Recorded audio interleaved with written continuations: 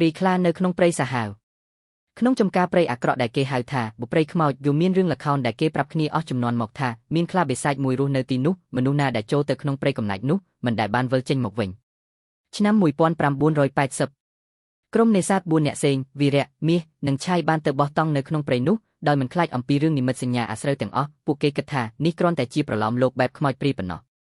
យប់នោះខ្យល់បក់ខ្លាំងដាំឈើរងនិងសូស្តែងដូចសត្វអំពើរត់មុននឹងចូលដេកសេងបានឃើញភ្នែកពណ៌ក្រហមចាំងចេញពីក្នុងស្មៅគាត់គិតថាជាសត្វទៀតដែរប៉ុន្តែពេលគាត់ភ្លេចភ្នែកវិញទ្រង់ជំនួសដោយរូបភាពខ្លាដ៏ធំមួយដែលស្បែករបស់វាប្អូរពណ៌ខ្មៅស្វិមដូចជាមិនមែនសត្វធម្មតានោះជាខ្លាពិតប្រាកដសេងស្រែកហើយបរោះទាំង4រត់ចូលទៅក្នុងតង់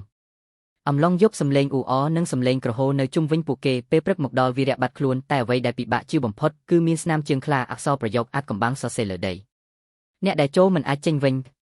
បរោះ3នាក់នៅសល់ខ្លាចជាងអ្វីទាំងអស់ប៉ុន្តែពួកគេមិនអាចចាក់ចេញពីព្រៃនោះបានពេលថ្ងៃលិចក្តាមមេឃធ្លាក់ភ្លៀងខ្លាំងហើយគេសំឡេងស្រែកយំក្នុងច្រើនទិសដៅ